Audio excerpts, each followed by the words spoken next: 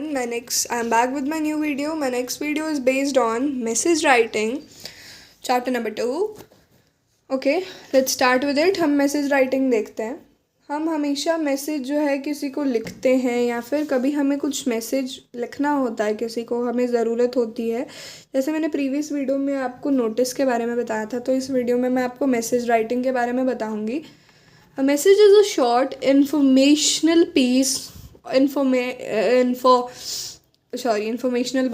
informal piece of writing conveying important information receiving over the telephone. It is written when the person to whom the message is to given is not available to take the message. क्या कह रहे हैं?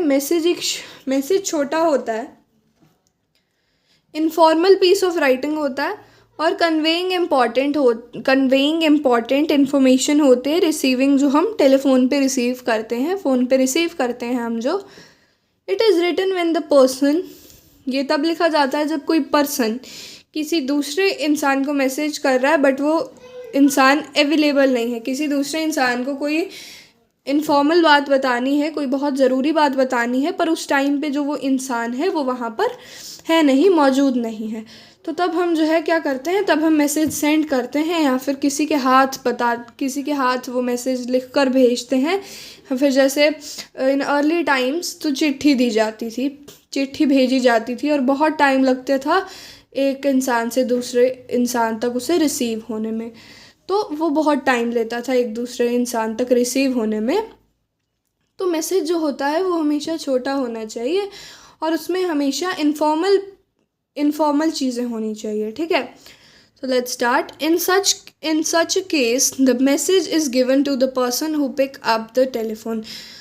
अच्छा, उस case में अब तो phone आ चुके हैं तो हम फ़ोन पे मैसेज कर सकते हैं, कॉल कर सकते हैं. अगर तो वो इंसान फ़ोन नहीं उठा रहा है तो हम उसे मैसेज कर देते हैं. आप देखते हैं अगर आप उसे ट्रू कॉलर से या फिर अपने कॉल से आप उसे कॉल कर रहे हैं, वो इंसान आपका कॉल नहीं उठा रहा है तो आप उसे व्हाट्सएप पे मैसेज कर देंगे जो भी आपकी इम्पोर्टेंट चीज़ होगी, तो वो इंसान देख लेगा. बट इन अर्ली टाइम्स ऐसा नहीं होता था. अर्ली टाइम्स जैसे कोई भी मैसेज है, किसी से कुछ पूछना है, किसी को कुछ ज़रूरी बताना है, तो वो पहले लिखा जाता था पेपर पे और फिर जब लिख के उसको एक चिट्ठी के रूप में जो है भेजा जाता था जैसे, और उसे बहुत टाइम लगता था. अब जैसे हमें कुछ लिख कर भेजना है, अभी भी ये टाइम है, बट हमें स्पीड पोस्ट करना पड़ता है. एंड अब बहुत सारे केसेस आ गए हैं, ऐसे तो हमें ज़रूरत नहीं पड़ती है.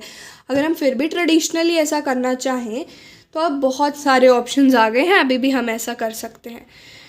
This person then writes the message in clear and to the manner. जैसे मैंने अभी बताया, वो इंसान जिसको दूसरे इंसान को मैसेज पहुंचाना होता है बहुत ज़रूरी, वो जो मैसेज है क्लियर लिखता है और टू द पॉइंट मैनर में लिखता है. एकदम टू द पॉइंट लिखता है कि दूसरे इंसान को उसी टाइम पता चल जाए और समझ भी आ जाए कि कहना क्या चाहते हैं. Hence, it is very important to know how to write a message properly. और ये जानकारी होना बहुत ज़रूरी है कि मैसेज बराबर कैसे लिखते हैं. अच्छा, तो ये बहुत इम्पॉर्टेंट है कि एक इंसान को जानकारी होनी चाहिए कि मैसेज कैसे लिखते हैं. अगर उस इंसान को पता ही नहीं होगा कि मैसेज में लिखना क्या है तो वो जो बेफिजूल की बातें हैं वही लिखता रहेगा. जैसे कुछ भी बात हो गई वो लिखेगा. तो जो मैसेज में रियल चीज़, जो जैसे दूसरे इंसान के पास टाइम नहीं है तो उसको जल्दी वो मैसेज पढ़ना है, तो आप उसमें फालतू की चीज़ें लिखेंगे तो वो इंसान उस मैसेज को नहीं पढ़ेगा. तो ये जानकारी होना बहुत ज़रूरी है कि मैसेज को इम्पॉर्टेंटली कैसे लिखा जाए और कैसे ही उसको प्रॉपरली लिखा जाए. सो तभी यहाँ पे points to keep in mind दिया गया है. Points to keep in mind: make a note of the message carefully in a box. हमेशा आप मैसेज का एक नोट बनाएं और बॉक्स में केयरफुली लिखें. Use simple and clear language in your message. Notice में भी यही था, use clear and simple language, और यहाँ पे भी यही है कि सिंपल और क्लियर लैंग्वेज में अपना मैसेज लिखें. Do not give unnecessary information in the message. जैसे मैंने अभी बताया कि बेफिजूल की चीज़ें जो है, बेफिजूल की इन्फॉर्मेशन उसमें नहीं देनी है. जिस इन्फॉर्मेशन के रिगार्डिंग आप वो मैसेज लिख रहे हैं वही इन्फॉर्मेशन उसमें होनी चाहिए. Always include the name of the caller in the message. हमेशा अपना नाम इंक्लूड करें. अब तो क्या हो गया, अब तो नंबर सेव होते हैं हमारे फ़ोन में. हम कॉल नहीं कोई पिक कर रहा है तो हम उसे व्हाट्सएप पे मैसेज कर देते हैं. सो उसे ऊपर शो कर जाता है कि इस नाम से यहाँ पे मुझे ये मैसेज आया है। सो अगर तो आप मैसेज राइट कर रहे हैं तो हमेशा उसमें जो है कॉलर का नाम लिखें, कि मतलब जैसे फ़ोन किया था, फ़ोन नहीं उठा पाए तो कॉलर, आप कॉल कर रहे हैं मतलब उसे, आप कॉलर हैं, आपके द्वारा आपने उन्हें कॉल किया था, उन्होंने नहीं उठा पाया, या फिर कोई ऐसी केस हो गया जिसके द्वारा फ़ोन नहीं पिक कर पाए वो इंसान, तो आप अपना नाम ज़रूर लिखें, या फिर जो भी कोई मैसेज लिख रहा है वो अपना नाम ज़रूर लिखे। Your message should not to be in more than 50 words. Message हमेशा 50 वर्ड से ज़्यादा होना ही नहीं चाहिए। मैंने आपको नोटिस में कहा था कि 60 वर्ड्स तक आप उसमें दे सकते हैं, 60 वर्ड से ज़्यादा नहीं होना चाहिए, वो नोटिस था, ये मैसेज है। तो इसमें 50 वर्ड से not more than 1 word, 50 word से ज़्यादा बिल्कुल भी नहीं होना चाहिए।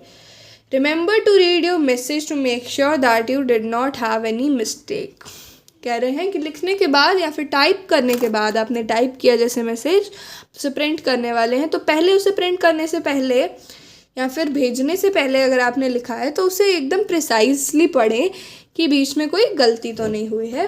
Okay, now format of a message. Message का फॉर्मेट क्या होता है?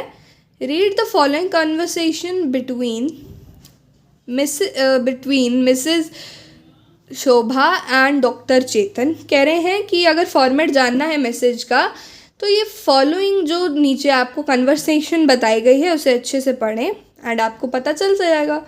Doctor Chetan, hello, is it Mrs Poonam? Doctor Chetan कह रहे हैं hello, is it Mrs Poonam? Doctor miss